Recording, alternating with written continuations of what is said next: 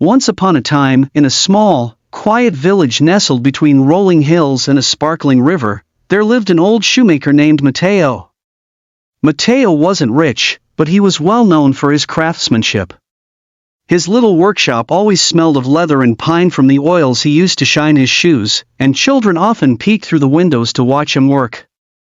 Matteo was a man of routine.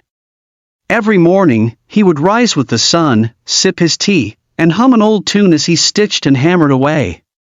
But despite his simple life, Matteo had a sadness that followed him like a shadow.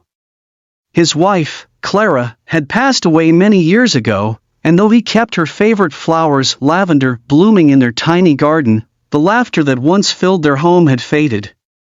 One chilly autumn morning, as Matteo opened his shop, he found a little girl standing at his door. Her clothes were worn, and her shoes had holes so large her toes peeked through. She looked up at him with wide, hopeful eyes and held out a small cloth bag. "I only have 3 coins, she said softly, "but Mama says you make the best shoes in the village. Can you fix these for me?" Matteo looked at her shoes, then at the coins in her hand. "3 coins won't be enough," he said gently. The girl's face fell, but before she could turn to leave, he added, "But I'll tell you what. If you help me sweep the shop, I'll fix your shoes, and you can save your coins." The girl's face lit up. "Really? I can do that," she exclaimed. And so, she spent the morning sweeping while Matteo worked on her shoes, adding sturdy patches and even polishing them until they looked brand new. When the shoes were finished, the girl slipped them on and twirled around, giggling. "They're perfect," she cried. "Thank you, Mr. Matteo." As she skipped out the door, Matteo felt a strange warmth in his chest. It was a small thing, fixing those shoes, but the joy on the girl's face lingered with him all day. The next morning, Matteo found another surprise.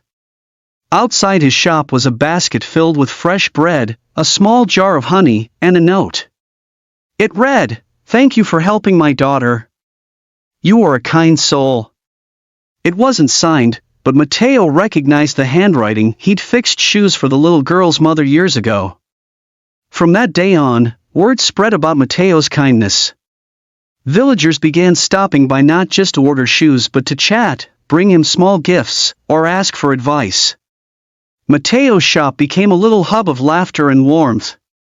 Slowly, the sadness that had followed him for so long began to fade.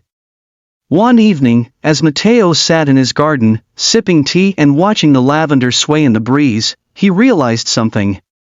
True happiness wasn't in the money he made or the shoes he crafted, it was in the connections he built, the kindness he shared, and the simple moments of joy he brought to others. With a smile, he whispered to the sky, "Clara, you were right. Happiness was here all along. I just had to find it again."